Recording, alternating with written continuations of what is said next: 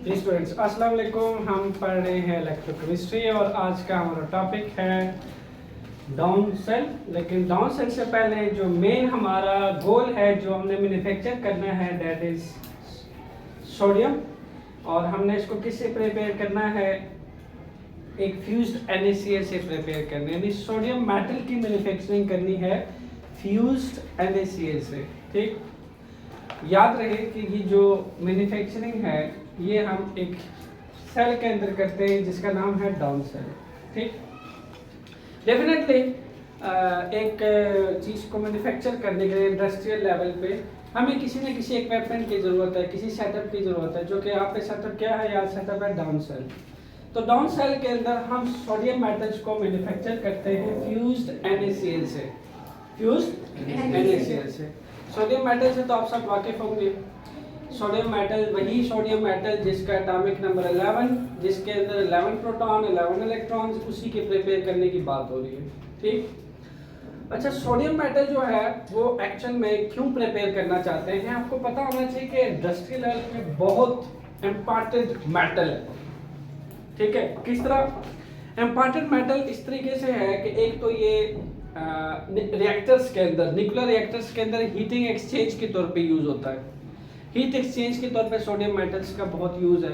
फिर दूसरा ये है कि केमिकल रिएक्शंस के तौर पे एज अ केमिकल रेजेंट के तौर पे भी ये यूज होता है, और इसके बहुत सारे कमर्शियल इंडस्ट्रियल यूजेज हैं। इसलिए हम सोडियम मेटल को स्पेसिफिक फ्यूज सोडियम क्लोराइड से प्रिपेयर करते हैं, मैन्युफैक्चरिंग करते हैं डाउन सेल के अंदर। ठीक जी, अगर हम इसके टाइटल को देखें तो टाइटल के अंदर ये लिख रखा है कि फ्यूज्ड NaCl। चलो, NaCl से तो आप वाकिफ हैं, जो साल्ट है वो एक NaCl है जो आप यूज करते हो घरों में, वो NaCl है। टेबल साल्ट जो आप आमतौर पे घर में यूज करते हैं, that is NaCl। But what is fused NaCl? याद रखिए कि फ्यूज्ड NaCl ऐसा होता है जैसे कि मैं आपको क्या मिसाल दूं, जैसे शहद होता है, जैसे कस्टर्ड होता है, जैसे खीर होती है, उसको फ्यूज्ड, यानी अगर उसको इतना गाढ़ा कर दिया जाए, इतना गाढ़ा कर दिया जाए, यानी सही विस्कियस बना दिया जाए, विस्कियस लिक्विड बना दिया जाए, जैसे खीर, कस्टर्ड, जैसे कस्टर्ड होता है, तो वो आपका बन जाता है फ्यूज्ड NaCl। यूँ समझ लो कि जिस के अंदर सल्यूट की मिकदार बहुत ज़्यादा हो जाए सॉल्वेंट से, जब सल्यूट की मिकदार बहुत ज़्यादा हो जाए सॉल्वेंट से, वो होता है फ्यूज्ड NaCl। समझ गए?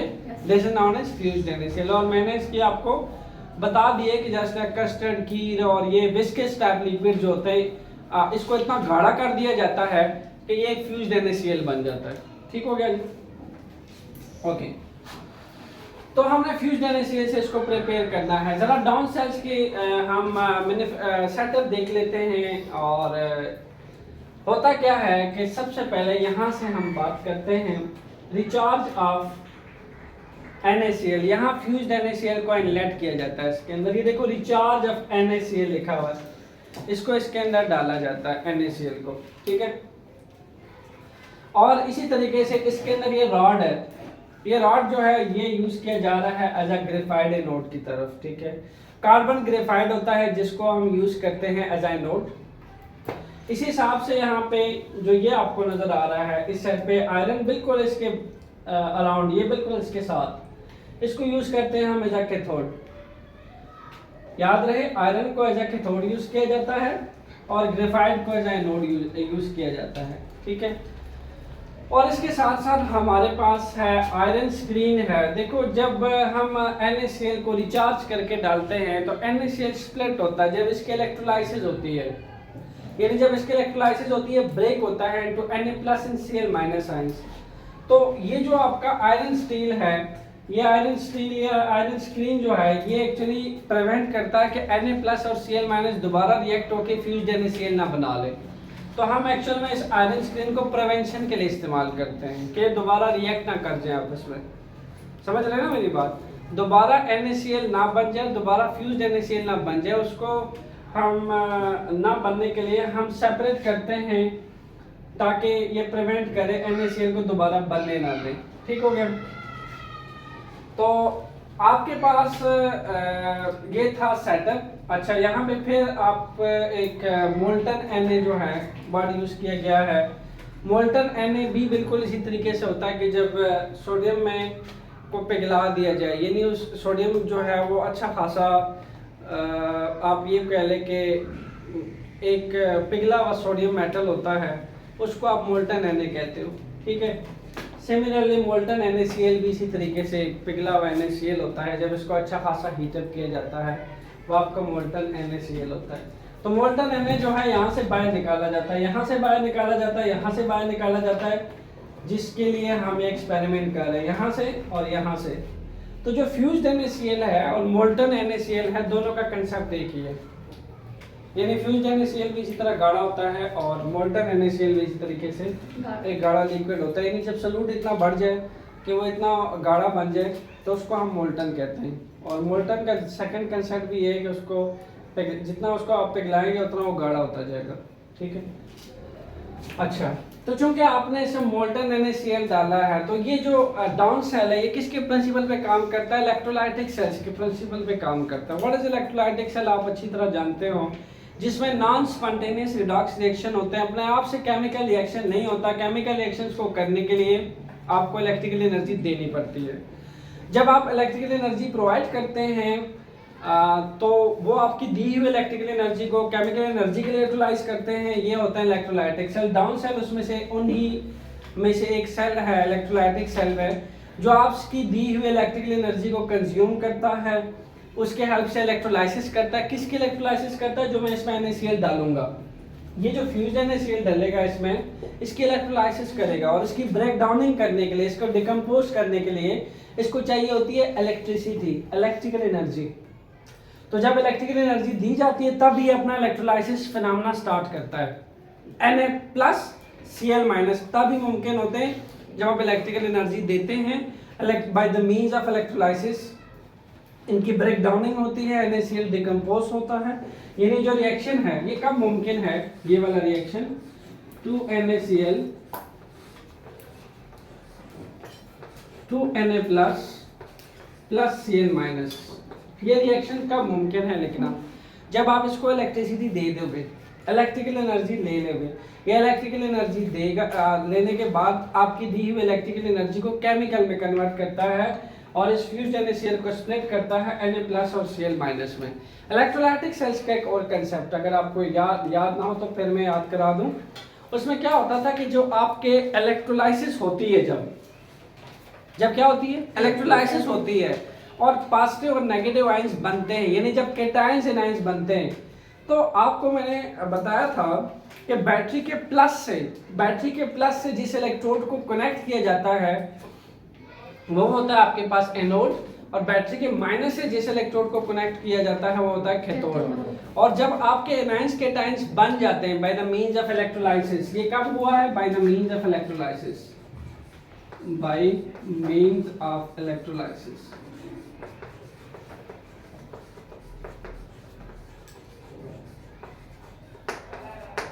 यहाँ पे आपको पता होना चाहिए कि जब आप इसको इलेक्ट्रिसिटी से कनेक्ट कर लेते हो, इसको इलेक्ट्रिकल एनर्जी दे देते हो, व्हाट विल हैपन? ये जो आपका एनोड है ये आपके बैटरी के पॉजिटिव टर्मिनल से कनेक्ट हो जाता है, यानी इस पे आ जाता है प्लस का चार्ज, और इसी हिसाब से जो आपका कैथोड है ये आपके बैटरी के माइनस से कनेक्ट होता है, इस पे आता है नेगेटिव चार्ज। तो इलेक्ट्रोलाइटिक सेल्स को जरा ज़हन में इमेजिनेशन लिया करें तो आपको अच्छे से समझ आएगा। बैटरी से कनेक्ट करने के बाद जो इलेक्ट्रोड बैटरी के पॉजिटिव टर्मिनल से कनेक्ट है वो बन जाता है आपका एनोड, यानी उस पे प्लस, और जो बैटरी के माइनस वो आपका बन जाता है कैथोड, यानी उस पे आपका नेगेटिव चार्ज आता है, बैटरी के नेगेटिव टर्मिनल से कनेक्ट होता है। After this connection electrical energy utilise होती है, इसकी इलेक्ट्रोलाइसिस होती है, ये स्प्लिट होता है पॉजिटिव एंड नेगेटिव आयंस में। फिर रूल क्या है? नेक्स्ट रूल क्या है? सुनो, नेक्स्ट रूल ये है कि आपके पास जो एक आयंस है और इस हिसाब से आपके पास जो ये एनायंस है, अगर तुम्हें याद हो तो मैं बोलता था कि C जाएगा C के पास, A जाएगा A से A के पास। इससे मेरी क्या मुराद होती थी? मैं कहता था कैटायन जाएगा कैथोड के पास, एनायन जाएगा एनोड के पास। मैंने शॉर्ट ट्रिक बताया था आपको, ठीक है। तो होता क्या है, एनायन मूव करता है एनोड की तरफ और कैटायन मूव करता है कैथोड की तरफ, ठीक है। ये जाता है कैथोड की तरफ, ये फिनोमेना होता है। और ये क्यों जाते हैं इनके पास, याद रखिएगा इन दोनों की फंक्शनिंग एक है। एनायंस एनोड की तरफ तब जाता है जब उसने अपने आप को डिस्चार्ज करना हो, वो अपने आप को डिस्चार्ज करने जाता है। इलेक्ट्रोकेमिकल सेल में डिस्चार्ज करने के लिए आप साल्ट ब्रिज यूज करते हो। इलेक्ट्रोलाइटिक सेल के में क्या होता है, ये जो इलेक्ट्रोलाइसिस हो जाती है पॉजिटिव नेगेटिव आयंस की, तो ये कैटायंस कैथोड के पास इसीलिए जाते हैं ताकि उनको अपना चार्ज दे सके, ठीक है, यानी डिस्चार्ज हो सके, लॉस ऑफ इलेक्ट्रॉन्स, ऑक्सीडेशन कर सके। एनोड पे ऑक्सीडेशन होती है, कैथोड पे आपको पता है ना क्या होती है, कैथोड पे रिडक्शन होती है। तो रूल आपने वही याद रखने हैं। एनोड पे यहाँ पे भी हमेशा क्या होगी, ऑक्सीडेशन, एनोड पे ऑक्सीडेशन होगी और कैथोड पे आपकी रिडक्शन होगी। ऑक्सीडेशन के हिसाब से वही बातें याद होनी चाहिए आपको, गेन इन इलेक्ट्रॉन या add in electron. Gain in electrons, यहां पे होता है removal of electrons, removal of electrons. दूसरा हम इसके बारे में ये भी कहते हैं, ऑक्सीडेशन क्या होता है, increase in oxidation state, increase in oxidation state,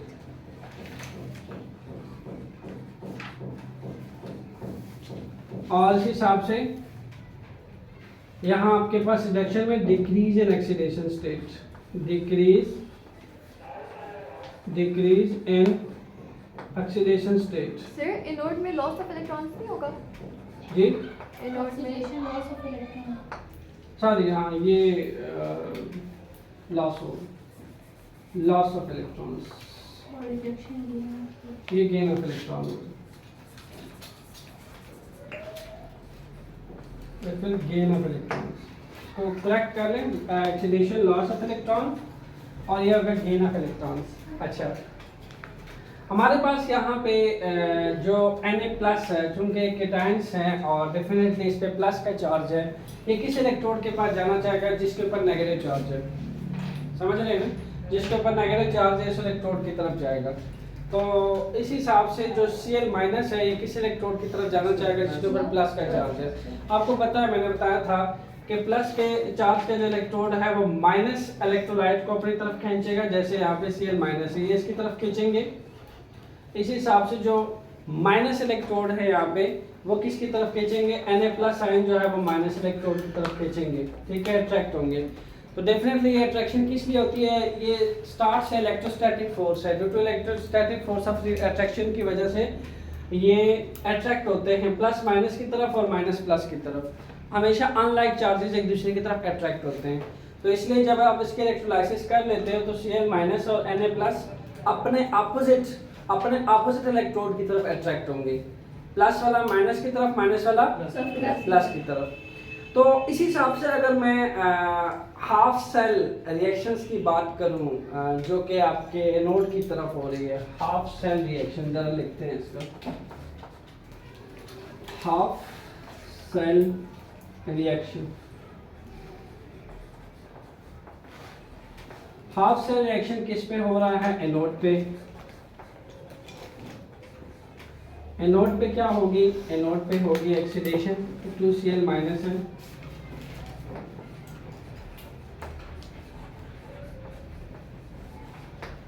-2Cl- जाएगा, 2Cl- जाएगा और सिंपली क्या करेगा, 2 इलेक्ट्रॉन लॉस कर देगा, किसके ऊपर, एनोड के ऊपर। बात समझे बोल से, 2Cl- जाएगा और सिंपल किसके पास जाएगा, एनोड के पास जाएगा, और एनोड के पास जाके अपने दोनों इलेक्ट्रॉन लॉस कर देगा। तो जब ये दोनों इलेक्ट्रॉन लॉस कर देगा, ये Cl2 डायटोमिक एटम बन जाएगा, मॉलिक्यूल, प्लस 2 इलेक्ट्रॉन लॉस हो जाएंगे, यहाँ 2 इलेक्ट्रॉन लॉस हो जाएंगे, ठीक है। तो loss of electron is nothing but oxidation. जरा इसको समझते हैं कैसे हुआ, ठीक है।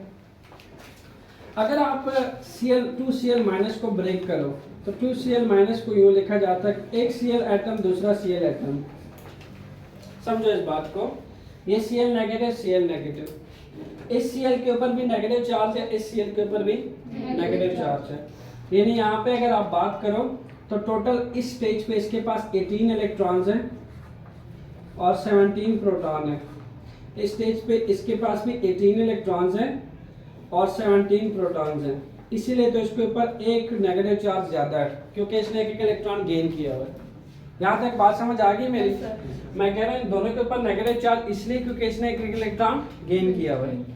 लेकिन जब ये एनोड के पास, ये एनायंस एनोड के पास क्या करने जाता है, ये उसको अपना इलेक्ट्रॉन देने जाता है। अब क्या होता है कि ये क्लोरीन एक इलेक्ट्रॉन देगा, वापस से किस पे आ जाएगा, 17 प्रोटॉन 17 इलेक्ट्रॉन, यानी फिर से क्या बन जाएगा, Cl गैस बन जाएगा। ठीक, इसी तरह ये भी जब देगा ये वाला इलेक्ट्रॉन, फिर से क्या बन जाएगा, Cl गैस बन जाएगा, यानी Cl डायटोमिक मॉलिक्यूल गैस बन जाएगी। मेरी बात समझ आ गई? Yes sir. जो इलेक्ट्रॉन इनके पास ज्यादा थे, एक एक इलेक्ट्रॉन ज्यादा था, मैंने 2Cl- को डिकम्पोज किया Cl- में, तो जब ये अपना एक एक इलेक्ट्रॉन दे देंगे तो वापस किस स्टेज पे आ जाएंगे, याद है ना कि क्लोरीन में अगर वो ना गेन करे लॉस करे तो क्लोरीन की क्या स्टेज होती है, 17 प्रोटॉन 17 इलेक्ट्रॉन, यानी ये क्या होता है, न्यूट्रल नहीं होता, यस सर। यानी इसके ऊपर कोई चार्ज नहीं होता। तो जब अपना एक इलेक्ट्रॉन ही दे देगा तो वापस अपने स्टेज पे आ जाएगा ये 17 प्रोटॉन 17 इलेक्ट्रॉन्स, यानी फिर से क्लोरीन गैस बन जाएगी। खैर, जो क्लोरीन गैस बन जाएगी वो आपको पता होना चाहिए, यानी ये जो आपका एनोड है, इस एनोड के ऊपर एक क्लोरीन ने एक इलेक्ट्रॉन दिया, फिर दूसरे क्लोरीन ने एक इलेक्ट्रॉन दिया, यहाँ बन चुकी है Cl2 डायटोमिक मॉलिक्यूल गैस। ये बाहर जा रही है यहाँ से, आउटसाइड पे निकल जाएगी, एटमॉस्फेयर में चली जाएगी। फिर से रिपीट कर रहा हूँ, ये क्या है, this is nothing but a Cl2 gas, ये मैंने शो किया हुआ है। Cl2 गैस यहाँ से बाहर जा रही है, each Cl- donate its electron, यानी lost its electrons to anode, and diatomic molecule gas बन के एटमॉस्फेयर में बाहर चली जाएगी, यानी Cl2 गैस पूरी तरीके से बाहर चली जाएगी। ठीक है, लेकिन ये क्या होगी, ऑक्सीडाइज्ड होगी, अपने इलेक्ट्रॉन लॉस करेगी, किसको देगी, एनोड को देगी, इसको देगी। ओके, ये था हाफ सेल रिएक्शन एनोड। इसी हिसाब से हाफ सेल रिएक्शन जरा कैथोड का लिखते हैं, हाफ सेल रिएक्शन कैथोड। यहां स्टूडेंट्स हो गए रिडक्शन। स्टार्ट से एक बात बताता आया हूं कि देखो सर्किट कंप्लीट कैसे होता है। सर्किट कंप्लीट ऐसे होता है कि नोड पे जो आयंस अपने इलेक्ट्रॉन लॉस करते हैं, जो इलेक्ट्रॉन लॉस करके एनोड को दे देते हैं, एनायन जब इलेक्ट्रॉन एनोड को देगा, वही इलेक्ट्रॉन एनोड से होते हुए किस पे जाएंगे, कैथोड पे, और जो कैथोड पे नेगेटिव आयंस कैथोड के पास गया था, ये एनोड से आए हुए वही इलेक्ट्रॉन गेन कर लेगा और क्या हो जाएगा, रिड्यूस।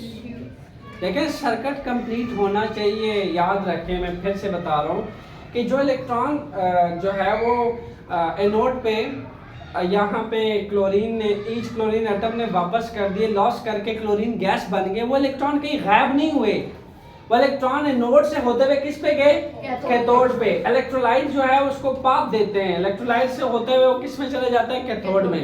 अब कैथोड पे आके जो नेगेटिव आयंस है, यानी जो कैथोड पे पॉजिटिव आयंस के पास नेगेटिव इलेक्ट्रोड के पास पॉजिटिव आयंस चले गए थे, वो उन इलेक्ट्रॉन्स को गेन कर लेते हैं।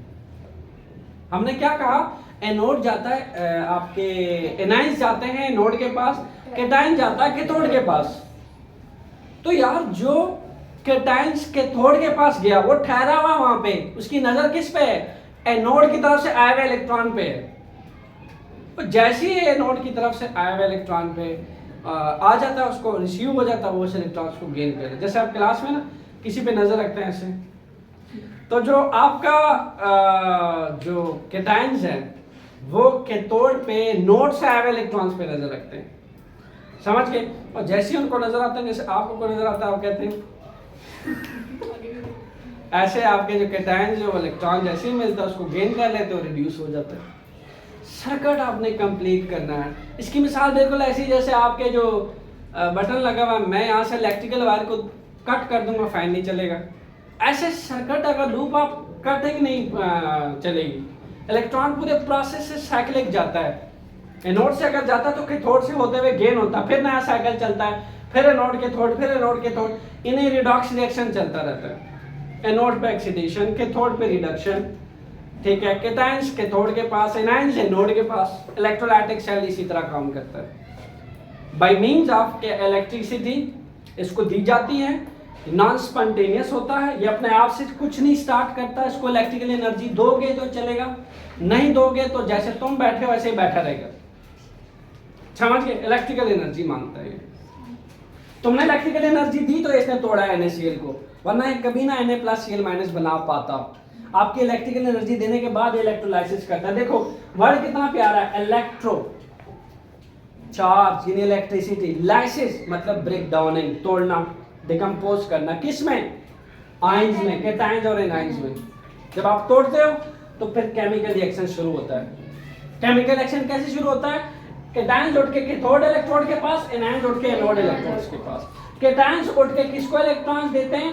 कैटायन किसी को नहीं देते, बल्कि कैटायंस इससे आने वाले इलेक्ट्रॉन जो है वो ले लेते हैं, गेन करते हैं। इसने इलेक्ट्रॉन्स दिए, ये उसे गेन करना चाहेगा। अब सेम यही से रिएक्शन स्टार्ट होगा। इसने दे दिए, ये जनाब खड़े हैं लेने के लिए 2Na+। फिर क्या हुआ? कहां से आए इलेक्ट्रॉन? ये जो दिए गए लॉस जो हो गए थे, ये अब आ चुके हैं इधर। 2 इलेक्ट्रॉन्स ये जनाब बन गए हैं सोडियम मेटल। अगर आपको याद हो तो आप इसी सोडियम मेटल के लिए सारी मेहनत कर रहे हैं, जो इस वक्त मैन्युफैक्चर हो चुका है। मेरी बात समझ रहे? सोडियम मेटल मैन्युफैक्चर हो चुका है। सोडियम मेटल किस पे हुआ है? Half cell reaction cathode reduction पे सोडियम मेटल मैन्युफैक्चर हुआ है। अच्छा, फिर मैंने यहां लिखा था increase in oxidation state, decrease in oxidation state. यहां तुम देखो तो -1 से आया है ये 0 पे, यहां तुम देखो तो ये +1 से आया है 0 पे। डिक्रीज इन ऑक्सीडेशन स्टेट क्या हुआ? Reduction. Increase in oxidation state क्या हुआ? ऑक्सीडेशन। -1 से 0 ऑक्सीडेशन, +1 से 0 रिडक्शन, क्योंकि डिक्रीज हुआ है, रिडक्शन हुई है। इलेक्ट्रॉन के हिसाब से देखना है, ईच क्लोरीन आयंस ने इलेक्ट्रॉन गेन के लिए क्लोरीन एटम बने। जरा सोडियम को स्प्लिट करते हैं 2Na+ को। हम 2Na+ को यू भी तो लिख सकते हैं, 2Na+ को यू भी तो लिखा जा सकता है। ये 2Na+ है। यहां क्या है? इस सिचुएशन में सोडियम के पास 10 इलेक्ट्रॉन्स हैं, 11 प्रोटॉन्स हैं। 11 - 10 +1। समझो बात को, 11 - 10 +1, 11 - 10 +1। ये पॉजिटिव चार्ज है इस वक्त। पॉजिटिव चार्ज मतलब ये अपना इलेक्ट्रॉन किसी को ऑलरेडी दे चुका है, ये पॉजिटिव आयनिक स्टेट में है। ठीक, अच्छा अब क्या करेगा ये वापस किस में जाना चाहेगा? 11 प्रोटॉन 11 इलेक्ट्रॉन्स में।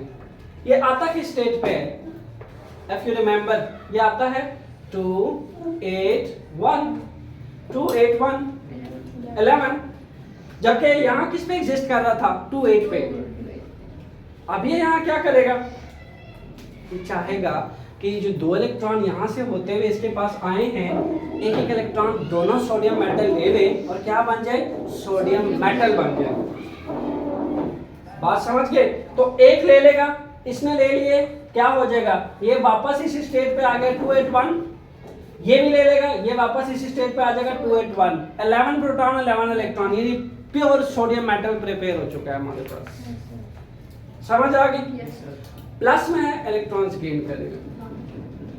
इलेक्ट्रोलाइटिक सेल्स अगर फिनोमेना बार बार मैं रिपीट कर रहा हूँ, इसकी रिपीटिशंस की एक खास वजह है कि आपको जब तक इलेक्ट्रोलाइटिक सेल्स का प्रिंसिपल याद नहीं होगा, इससे आगे अब नेचुरल सेल आ रहा है, हम NaOH को प्रिपेयर कर रहे हैं। देखो 3 स्टेप्स हैं। इलेक्ट्रोलाइटिक सेल्स को एक non spontaneous redox reaction sponsor करता है। इलेक्ट्रोलाइटिक सेल चार्ज इलेक्ट्रिसिटी चाहिए, क्या करने के लिए? ब्रेक डाउनिंग करने के लिए। किसकी? इसकी। जब ब्रेक डाउनिंग हो जाती है तो एक बन जाता है कैटायंस, दूसरा बन जाता है एनायंस।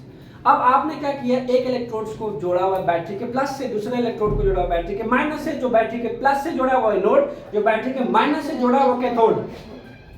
तो अब जो आपके कैटायंस एनायंस हैं वो क्या करते हैं? अपने से ऑपोजिट इलेक्ट्रोड्स की तरफ माइग्रेट करना शुरू कर देते हैं, यानी कैटायंस कैथोड, एनायंस, एनोड। ऐसा ही हुआ। ऑक्सीडेशन पे एनायंस आपके एनोड की तरफ गया, इलेक्ट्रॉन्स दे दिए उसको, इनके पास एक इलेक्ट्रॉन ज्यादा था, दे के क्लोरीन गैस बन के निकल गई। क्लोरीन गैस निकल चुकी, इसने क्या किया, वही जो क्लोरीन गैस ने 2 इलेक्ट्रॉन्स दिए, सोडियम मेटल ने वही 2 इलेक्ट्रॉन्स गेन कर लिए। ओके, अगर मैं इसका ओवरऑल रिएक्शन देखूं, ये तो हाफ सेल रिएक्शन है, ओवरऑल रिएक्शन देखना है तो कैसे देखा जाता है? देखो इसका रूल क्या है, इसका रूल क्या है वो देखें। इसका रूल ये है कि आपके पास जो लेफ्ट और राइट पे क्वांटिटीज एक जैसी होती हैं, जो रह जाती हैं वो हम लिख लेते हैं, और जो आपके अपोजिट साइड में कैंसिल हो जाती हैं उसको हम कैंसिल कर लेते हैं। अच्छा, देखना ये होगा कि ओवरऑल रिएक्शन में क्या बचता है। अगर मैं ओवरऑल रिएक्शन देखूं तो ये बनता है 2NaCl, जिसमें आपका जो 2Na है, ये Cl2 गैस जो है गैस फॉर्म में ये बाहर निकल गई, और 2Na जो है that is in which form, that is in liquid form. Definitely वो मोल्टन स्टेट में जब आप पिघला दोगे तो लिक्विड फॉर्म में रह जाएगी। ये ओवरऑल नेट रिएक्शन आपके पास रह जाएगा। ये आया कैसे है, देखो समझो इस बात को। मैं तीनों रिएक्शंस को सम अप करने लगा हूं, या आप भी कर सकते हो, सीखो मेरे साथ। जो आपका इलेक्ट्रोलाइसिस रिएक्शन था वो, और जो आपका ऑक्सीडेशन हाफ सेल है वो, और जो आपका रिडक्शन हाफ सेल है वो सम अप होने लगा है। रूल ये है कि रिडक्शन, ऑक्सीडेशन, इलेक्ट्रोलाइसिस के लेफ्ट अगर उसके प्रोडक्ट में है तो कैंसिल कर दो। फिर से सुनो, इधर के लेफ्ट अगर इधर के राइट में मौजूद होंगे, एरो के राइट साइड पे, तो वो कैंसिल हो जाएंगे। फिर से सुनो, सीखो, अगले रिएक्शन में काम आएगा। इसके जो लेफ्ट रिएक्टेंट है, इसको रिएक्टेंट बोलते हैं जो लेफ्ट पे होते हैं, अगर ये आपके एरो के राइट पे मौजूद है तो कट हो जाएंगे, और इसी तरह जो इधर के राइट इधर के लेफ्ट में मौजूद होंगे वो कट हो जाएंगे, और जो रह जाएंगे वो मेरा बन जाएगा ओवरऑल रिएक्शन। अब सीखो मेरे साथ, करो। यहां है NaCl, देखो ये इसके राइट साइड पे प्रोडक्ट में कहीं NaCl है क्या? नहीं ना, तो NaCl सीधा सीधा कहां आ गया? नीचे। जो ये प्लस माइनस है सीधा सीधा, यानी अगर जो रह जाएगा वो सीधा वाला रिएक्शन में नीचे आ जाएगा। अब नेक्स्ट देखो, एरो के इस साइड पे बच गया 2Cl माइनस। जरा देखो 2Cl माइनस इसके लेफ्ट पे कहीं है क्या? कहां है? यस, ऊपर। तो ये 2Cl माइनस कट गया इसके साथ। मैंने बोला इधर के लेफ्ट वाला अगर इधर के राइट में होगा तो कटेगा आपस में। याद है जब तुम मैथमेटिक्स में ये वाला x उस साइड पे लेके जाते हो तो x माइनस एक्स 0, और अगर सेम साइड पे होगा तो नहीं कटेगा, ऑपोजिट पे होना चाहिए, लेफ्ट से ऑपोजिट पे, राइट पे। अब इसको देखो, नेक्स्ट हम बात कर लेते हैं क्लोरीन गैस की। Chlorine gas as it is नीचे उतर आई, sodium metal as it is नीचे उतर आया, क्योंकि ना तो क्लोरीन गैस जो बन चुकी है वो आपके पास किसी से कट हो रही है, देखो किसी से नहीं कट हो रही, क्या सोडियम मेटल किसी से नहीं कट हो रहा। अब 2 इलेक्ट्रॉन्स की जरा बात कर लो, 2 इलेक्ट्रॉन डेफिनेटली कट हो रहे हैं, इसके लेफ्ट में है और इसके राइट में है कट। इस हिसाब से 2Na प्लस को देख लो, 2Na प्लस इसके लेफ्ट में है और इलेक्ट्रोलाइसिस के राइट में है। सब आफ्टर कटिंग क्या बचा? लेफ्ट पे बच गया 2NaCl और राइट पे बच गया Cl2 गैस, जो कि इसमें से आउट बाहर निकल गई। पीछे क्या रह गया जिसको आप मैन्युफैक्चर कर रहे हैं? सोडियम मेटल्स, लिक्विड फॉर्म में रह गया। लिक्विड फॉर्म में क्यों बोला? क्योंकि मोल्टन है, जब आप इसको पिघलाओगे तो डेफिनेटली ये कस्टर्ड की तरह लिक्विड फॉर्म में होगा। समझ गए? कस्टर्ड की तरह लिक्विड फॉर्म में होगा, जिसको हम कहां से निकाल लेंगे? इसको निकालने के लिए एक जगह बनाएंगे, लुक एट दैट, NaL लिखा हुआ स्मॉल, इसको यहां से इसको निकाल लेंगे हम। ठीक है, समझ गए? तो हर सेल का ओवरऑल रिएक्शन पेपर में लिख के आना है, anode, cathode, oxidation, reduction, overall reaction, this should be the part of down cell. इसकी डिस्क्रिप्शन पूरी देनी है आपने, ठीक है। रूल यही है कि इसके लेफ्ट में जो रिएक्टेंट है वो इसके राइट में ढूंढना है। अगर सेम रिएक्टेंट है तो कैंसिल कर दो, और जो बच जाएंगे वो आपका बन जाएगा overall reaction. Okay, thank you, stay tune.